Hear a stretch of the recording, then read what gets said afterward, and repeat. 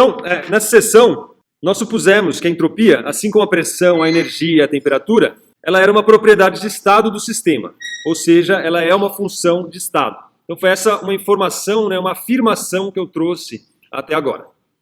Mostrar que a entropia é realmente uma função de estado só é possível experimentalmente. Mas a gente pode provar isso para o caso especial do gás ideal, sujeito a um processo reversível. Então, dito isso, vejamos então a prova para esse caso particular. Então a gente começa aqui a explorar a entropia como função do estado. A fim de a gente obter um processo reversível, a gente executa então lentamente, em uma série de pequenos passos, as transformações aí que a gente cobiçar, as transformações necessárias. Para cada pequeno passo, a energia absorvida ou cedida pelo gás na forma de calor é dQ, e o trabalho realizado pelo gás é um dW, e a variação da energia interna é um dInt. Como a gente já viu, a gente tem da primeira lei de termodinâmica que o dInt é igual a um dQ menos dW. Aqui, como eu disse, a gente vai focar no caso de uma transformação de um gás ideal. Então, como a gente já viu pela primeira lei da termodinâmica, a relação entre a variação da energia interna, o calor e o trabalho é dado pela primeira lei da termodinâmica, que é então escrita como um dInt, que é igual a um dQ menos um dW. O nosso objetivo aqui é calcular quanto vale dQ sobre T, para que a gente possa então calcular a variação da entropia, visto que a integral de dQ sobre T é essa variação. Então, para isso, para a gente calcular o dQ sobre T, partindo aí da primeira lei da termodinâmica e fazendo uso das leis dos gases ideais, a gente precisa então recordar alguns aspectos que são cruciais dos gases ideais, que é o foco aqui de nosso estudo, para provar que de fato a variação da entropia é uma função de estado. Então, antes de dar continuidade propriamente dito no capítulo, na seção, eu vou fazer aqui uma breve explanação sobre os gases ideais. Então é sabido das observações experimentais, se a gente colocar 1 mol de vários gases, seja qual for, em um recipiente de mesmo volume, e a gente mantiver os gases à mesma temperatura, as pressões medidas serão quase iguais. Quase iguais. No entanto, se a gente repetir as medidas com concentração dos gases cada vez menores, ou seja, pegando o gás que está confinado muito rarefeito, essas pequenas variações nas pressões, devido a gente considerar gases diferentes, elas tendem, então, a desaparecer. De forma que, em baixas concentrações, a gente pode escrever uma relação que é dada por P vezes V é igual a nRT. Essa aqui é chamada a lei dos gases ideais. Aqui, o P é a pressão absoluta do gás, e não a manométrica. O N é o número de mols do gás, e o T é a temperatura em Kelvin. Esse fator R aqui, ele é chamado de constante dos gases ideais. E ele possui o mesmo valor para todos os gases. O R, na realidade, ele é igual a 8,31 Joule por mol Kelvin. Só enfatizando aqui, o N é o número de moles do gás. Então essa é a relação que conecta a pressão, o volume e a temperatura. Quando você tem um gás ideal, dado uma amostra com o mesmo número de mols, dado a pressão, dado o volume, a temperatura está imediatamente definida.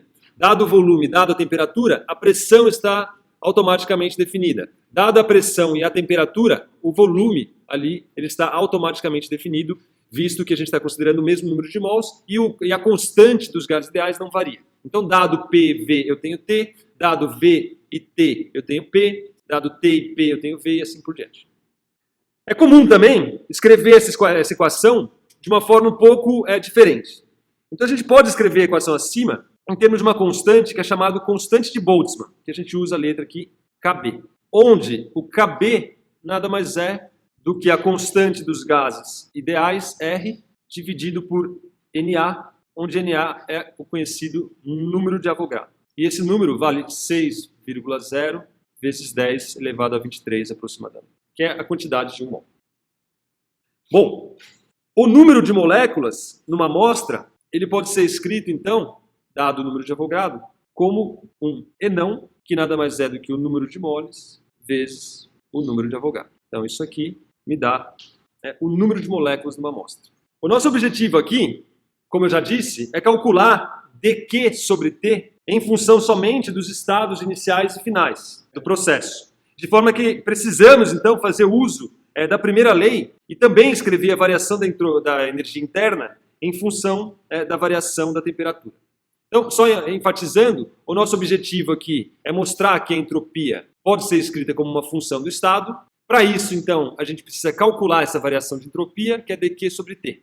E para a gente fazer isso, a gente faz uso dos gases ideais. Então agora a gente começa a tirar uma série de propriedades dos gases ideais para ser capaz, então, de calcular quanto vale dq sobre t.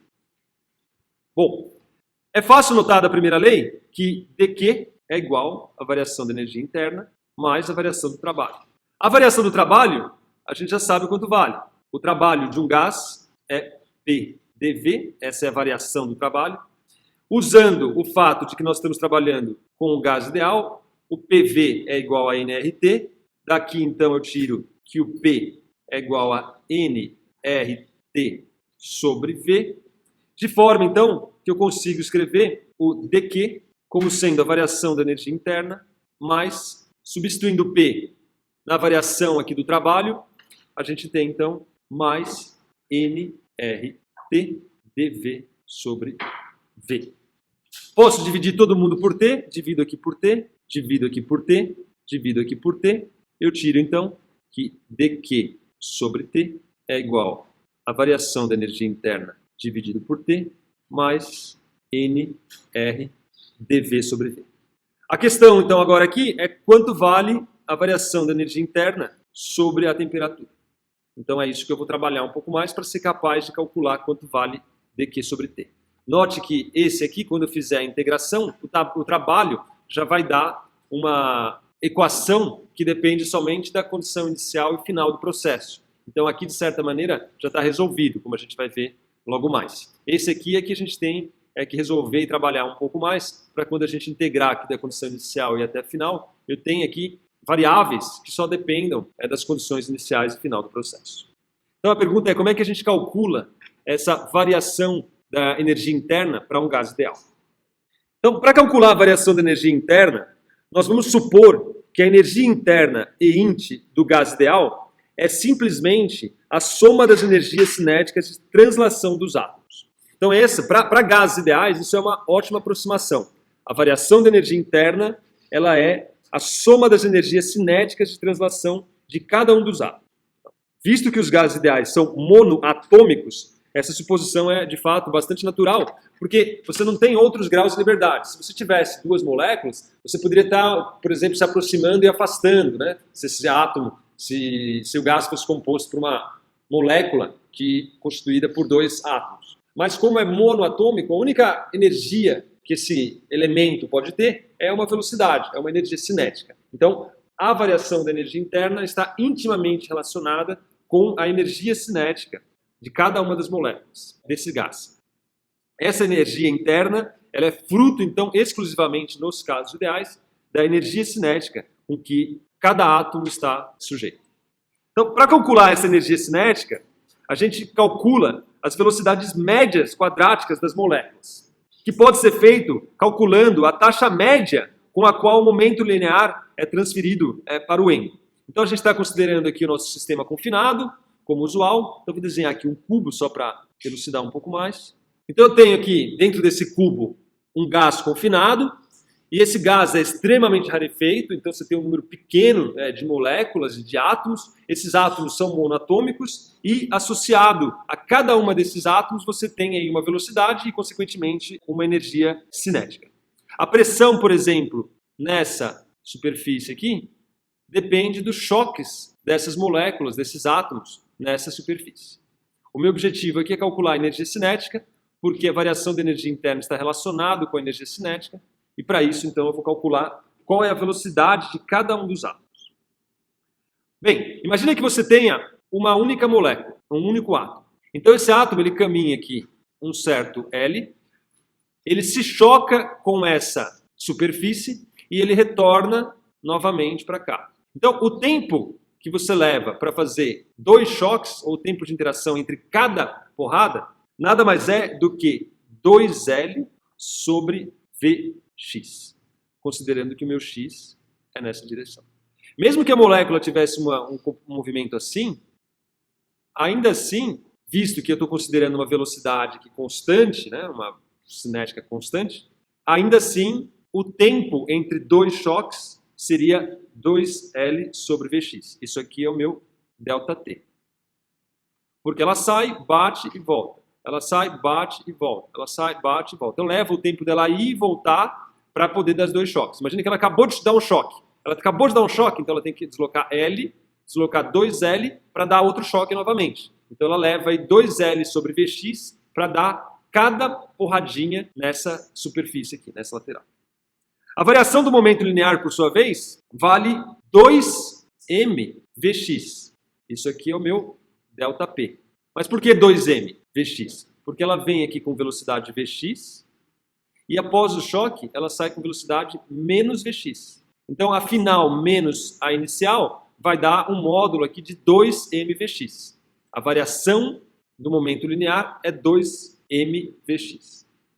Então a taxa de variação do momento, que é basicamente a força média, é dado por ΔP, vou chamar de ΔPx, porque eu estou só considerando a velocidade em x por enquanto, sobre ΔT. Isso aqui nada mais é do que 2m Vx dividido por 2L sobre Vx. Simplificando, você tira então que isso aqui me dá m Vx ao quadrado sobre L. Então, isso aqui nada mais é do que a taxa de variação do momento. E aqui eu estou considerando somente um átomo. Bom, visto que eu tenho a taxa de variação do momento, eu posso agora calcular qual é a pressão nessa superfície aqui causada por esse único átomo. Então, nada mais é do que um P, que é igual a Fx sobre a área. A área aqui, estou considerando que esse comprimento aqui é L, então é dividido por L ao quadrado. Se eu levar em conta a soma dos N átomos que constituem o sistema, então eu tenho daqui que isso aqui vai dar então M, já tem um L aqui, tem um L ao quadrado aqui, então fica sobre L ao cubo, que multiplica então a somatória agora de todas as partículas de 1 até enão, onde enão é o número de moléculas ou átomos na amostra, de Vx ao quadrado. Então isso me dá a pressão. Agora, a gente pode trabalhar um pouco mais de expressão. A velocidade de x quadrado média nada mais é do que a somatória de todas as velocidades, de 1 até n, de Vx ao quadrado, isso tudo dividido pelo número total de partículas que eu tenho. Desse resultado, eu tiro que a somatória de I, variando de 1 até enão, de Vx ao quadrado, que é exatamente o que aparece aqui, é igual a enão vezes Vx ao quadrado médio, que pode ser escrito também em termos do número de Avogadro e o número de moles, como sendo n vezes enão A vezes a velocidade de x ao quadrado médio. Isso porque n vezes enão A dá exatamente o número de átomos que eu tenho na minha amostra. Então, eu consigo escrever finalmente a minha pressão como sendo m, n, na, velocidade x ao quadrado média, dividido por L ao cubo.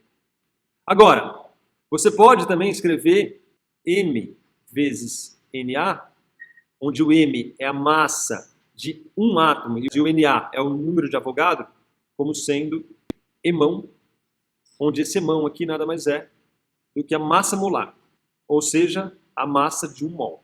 Natural, né? Se m é a massa de um átomo e Na é o número de Avogadro, eu estou pegando e multiplicando a massa de um átomo pelo número de um mol. Ou seja, eu tenho então a massa de um mol, que é chamado de massa molar. Então, substituindo aqui, eu tiro que o meu P é igual a N emão Vx ao quadrado médio, dividido, agora eu já vou substituir L ao cubo por V, porque aqui eu tenho L, aqui eu tenho L, aqui eu tenho L, então, dividido por V. Agora, simplificando ainda mais, eu tenho que a velocidade absoluta da minha molécula é v ao quadrado, que nada mais é do que Vx ao quadrado, mais Vy ao quadrado, mais Vz ao quadrado. Uma boa aproximação é considerar Vx igual a Vy igual a Vz. Não tem por que a molécula ter aí uma velocidade privilegiada, alguma direção com uma velocidade privilegiada. Então, é natural que eu possa fazer esse tipo de hipótese. Considerar que a velocidade em x é igual a velocidade em y, que é igual a velocidade em z. Então, se eu fizer isso, eu posso escrever o meu v ao quadrado, em termos tudo de vx, por exemplo. Então, fica vx, vx, vx, fica aqui 3vx ao quadrado. O que implica, então, que o vx ao quadrado nada mais é do que 1/3 da velocidade das moléculas ao quadrado. Substituindo isso aqui, então eu tiro que o meu P é igual a N emão velocidade ao quadrado média sobre 3V. Essa velocidade aqui é chamada de velocidade média quadrática. Finalmente, agora eu faço uso da lei dos gases ideais, me atentando que PV é igual a nRT. Eu consigo, então, escrever aqui, vou passar esse V multiplicando aqui. Então, eu tiro dessa relação que PV nada mais é do que N emão velocidade média ao quadrado dividido por 3. Daqui, simplesmente peguei o V e passei multiplicando aqui. PV igual a N emão V ao quadrado médio sobre 3, que, por sua vez, pela lei dos gases ideais, é igual a nRT. Com isso, eu consigo tirar a velocidade média das minhas moléculas, que vale, então, raiz de 3RT sobre emão. A expressão aqui é bastante importante, porque ela relaciona a velocidade das moléculas com a temperatura. Então, no gás ideal, é possível você saber qual é a velocidade média quadrática, qual é a velocidade média de cada um dos átomos que estão pertencentes a esse gás, somente em função da temperatura e, obviamente, da massa molar, né? A massa de um mol de um gás. Com a velocidade média, agora eu consigo calcular a energia cinética, o que vai me fornecer, então, a variação da energia interna. Então, a energia cinética, finalmente, média, é igual a 1/2 de m v média ao quadrado, que, por sua vez, então, vale 1/2 de m 3RT sobre emão. O emão é eminho vezes Na, então eu posso simplesmente substituir aqui, e eu tiro que isso aqui vale, então, 3/2 de Rão T sobre o número de Avogadro. Note que aqui a gente está considerando somente um átomo, a massa de um átomo aqui.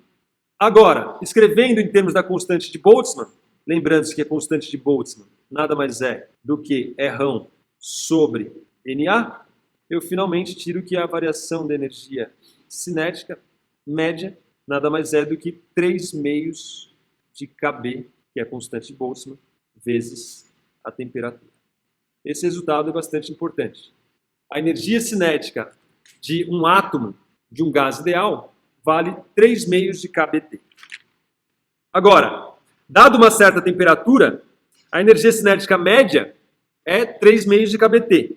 De forma que quando a gente mede, então, a temperatura de um gás, a gente já está, de certa maneira, aferindo sobre a energia cinética média desse gás.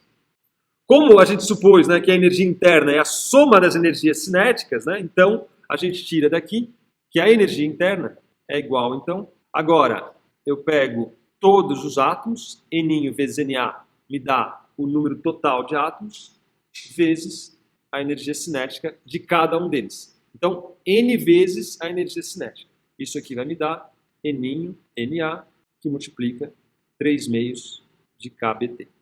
Agora, Kb vale R sobre Na, ou seja, eu consigo tirar então que a energia interna ela é igual a 3/2 de nRT. Então, essa aqui é a energia interna de um gás ideal e ela é uma função apenas da temperatura do gás, não depende de outras variáveis.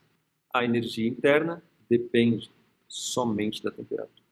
Note que nós estamos falando de um gás ideal. Então, no caso do gás ideal, a energia interna desse gás vai depender somente da temperatura. Por quê? Porque as velocidades dependem somente da temperatura. E a energia interna é basicamente uma função dessas velocidades. Ela está intimamente relacionada com a energia cinética do meu gás. Daí, então, eu tiro que a variação da energia interna é igual a 3/2 de nRdt, de forma que, voltando à minha expressão lá acima, eu tiro, então, que dq sobre t é igual a 3 meios de N rão dt sobre T, mais a parte do dw, como a gente já trabalhou lá em cima, dava N R dv sobre V. Então, esse é o resultado que a gente estava basicamente procurando. Agora, eu consigo facilmente calcular quanto vale a variação da energia interna para um caso de um gás ideal. Então, integrando os termos dessa equação de um estado inicial arbitrário I para um estado arbitrário F, a gente obtém, então, que a integral de I até F de dq sobre T é igual a 3 meios de NR, a integral de uma posição inicial até a final, de dt sobre T, mais NR, a integral de uma condição inicial até uma condição final, de dv sobre V.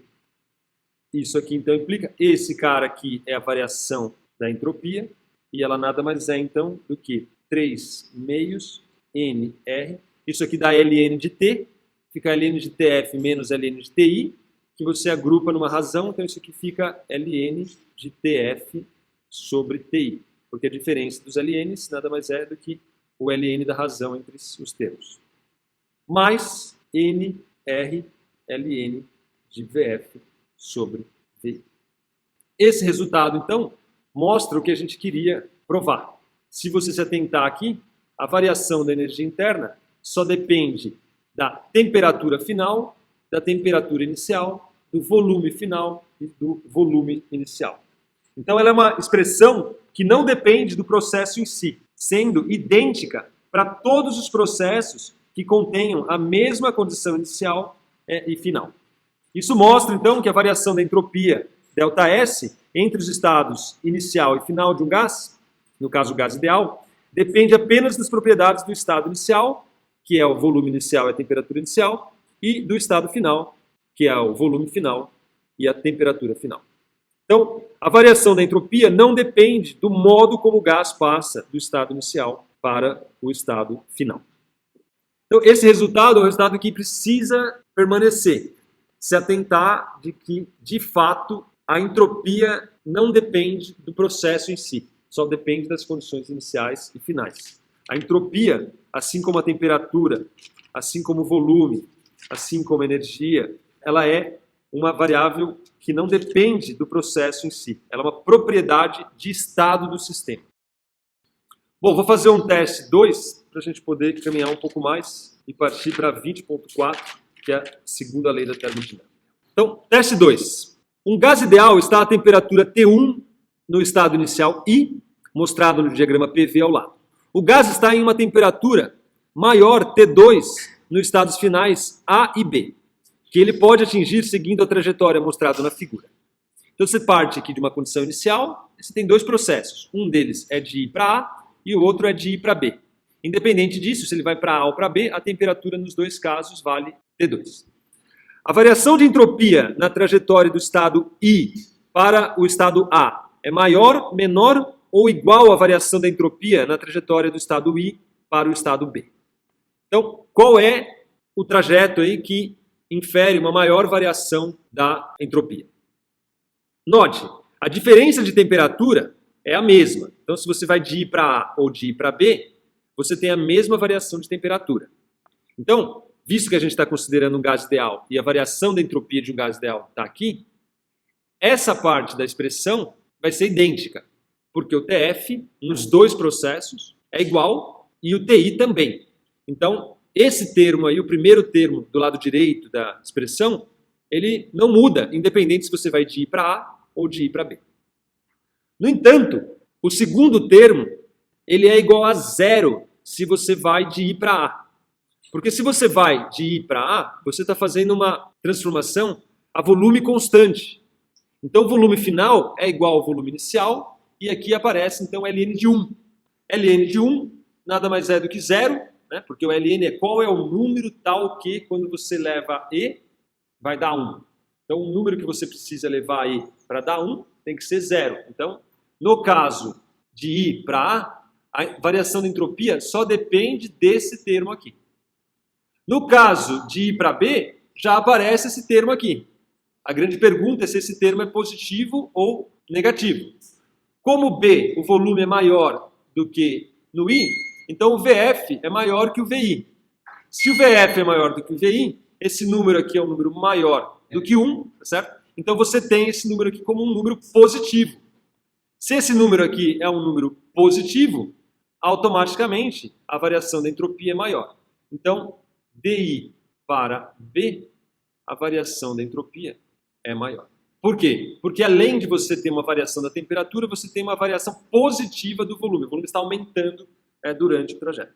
De I para A, o volume é constante, então quem contribui para a variação da entropia é esse primeiro termo aqui da expressão.